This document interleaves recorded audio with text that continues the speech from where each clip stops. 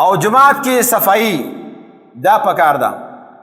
جماعت کې صفائی هر لحاظ سره صفائی پکار، دیوارونو صفائی، د کړکو صفائی، د دروازو صفائی، دغه شان د پنکو صفائی چې اخرنه پیرنه داسې نه پکار. یا لاندې چې کوم د جماعت ته دنه اخیستل دنه پکې باڼه پاتې دي، پانی پاتې دي، ګودام پروت دی، نه څنګه چې خپل کور صفا کوي دغه شان د الله د کور د صفای حکم دی چې د الله کور صفا ساتي. نو هر کلی کې هر کس ته دا پکې پکار ده. یو کس ته نه ګوري چې جماعت ته هغه راځي هغه به صفائی کوي، بلکې خپل تم په خپل هم لاړ شه د الله د کور صفائی وکړه. هغې بدلې کې به الله ستا د زړه صفائی وکړي، الله به ستا جسم د بیمارونو پاک کړي، د هغې صفائی به وکړي.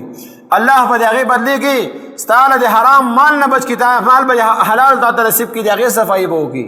الله به د هغې بدلې کې ستا د کور نه مرضونه وباسي، په مشکلات به ختم کړي، هغه صفائی به وکړي.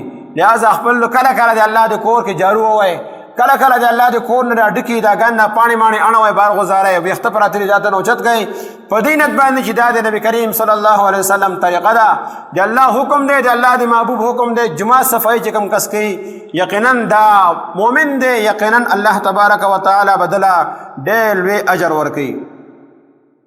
جماعت کې دننه شعرونه ویل، هغه شعرونه یو شعرونه هغه دي چې هغې کې د الله تبارک و تعالی بړی بیان شوي، حمد دی.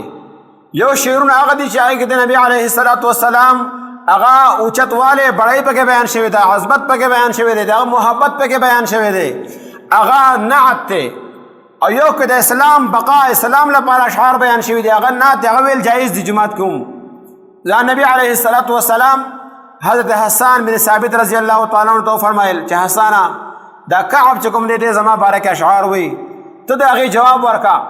حسان رضی الله تعالی عنہ منبر ته وخته او دا اشعار شروع کړل: احسن منك لم تر قط عيني واجمل منك لم تلد النساء خلقت مبرئا من كل عيب كأنك قد خلقت كما تشاء. دا د نبی علیه الصلاة والسلام بارکه اشعار دا ثابت دي. هغه اشعار چې هغه دنیا سره تعلق ساتي، هغه اشعار چې هغه سړي عقیده خرابي، هغه اشعار چې هغه سړي اعمال خرابي، هغه اشعار چې هغه سړي دا فحشۍ طرف ته بوځي، غوریانۍ طرف ته بوځي، د هغې نه جماعتونه هغه پاک پکار دي. او نبی کریم صلی الله علیه وسلم حکم را کړی دی.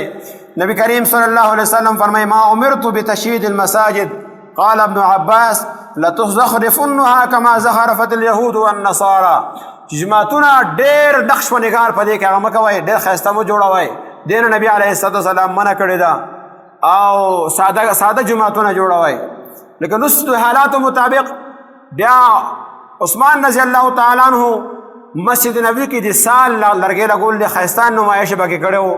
صحابه کرامو په هغې باندې منع نه وه کړې، ځکه چې نیت صفایي دې لپاره چې د خلقو کوټې ښایسته دي، د الله کور هم ښایسته پکار دی. دا نه چې کوټې غټې غټې بنګلې ځانه جوړ کړي دي، کوټه جومات چې کوم دی هغه کې نه هواش دی، او نه جماعت کې چې کوم دی هغه پنکه چلیږي، نه جماعت کې چې کوم دی هغه اوبش دی، نه جماعت چې کوم دی هغه د ګټو نه جوړ دی، هغه پخوانی سیستم دی. نو بیا داسې نه، کور چې څنګه ښایسته جوړی کم سے کم هغه شان د خپل د محلي جماعت ته هم جوړی.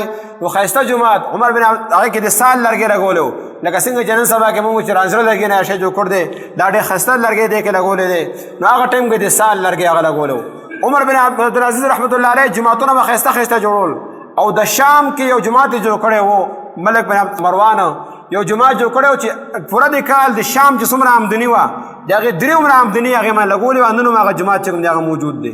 پوره د کال چې څومره آمدنو د ښار د هغې درې عمره آمدني په یو جماعت باندې هغه لګولې و. داسې خلقو هغه تېر شوی دی.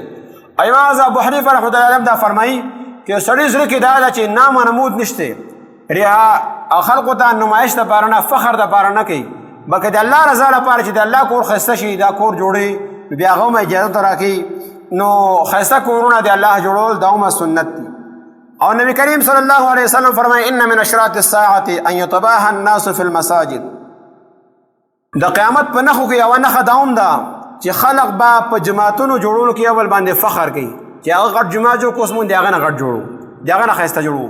نو هغه نیت باید چې کوم دی فرق راغی، لهذا د دې د وجې نه بیا دا قبولیږي نه.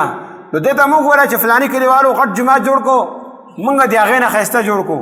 دې نیت باندې چې مونږ هم هغه شان د ښایسته جماعت جوړ کړو، هغو له الله توفیق وکړ دی، مونږ له هم الله کړی دی، بیا خو صحیح ده. او که نه هغو باندې فخر کوئ چې د هغو نه ښایسته جوړو، نو بیا د دې نه نبي علیه الصلاة والسلام وایي دا د قیامت په نښو کې ده.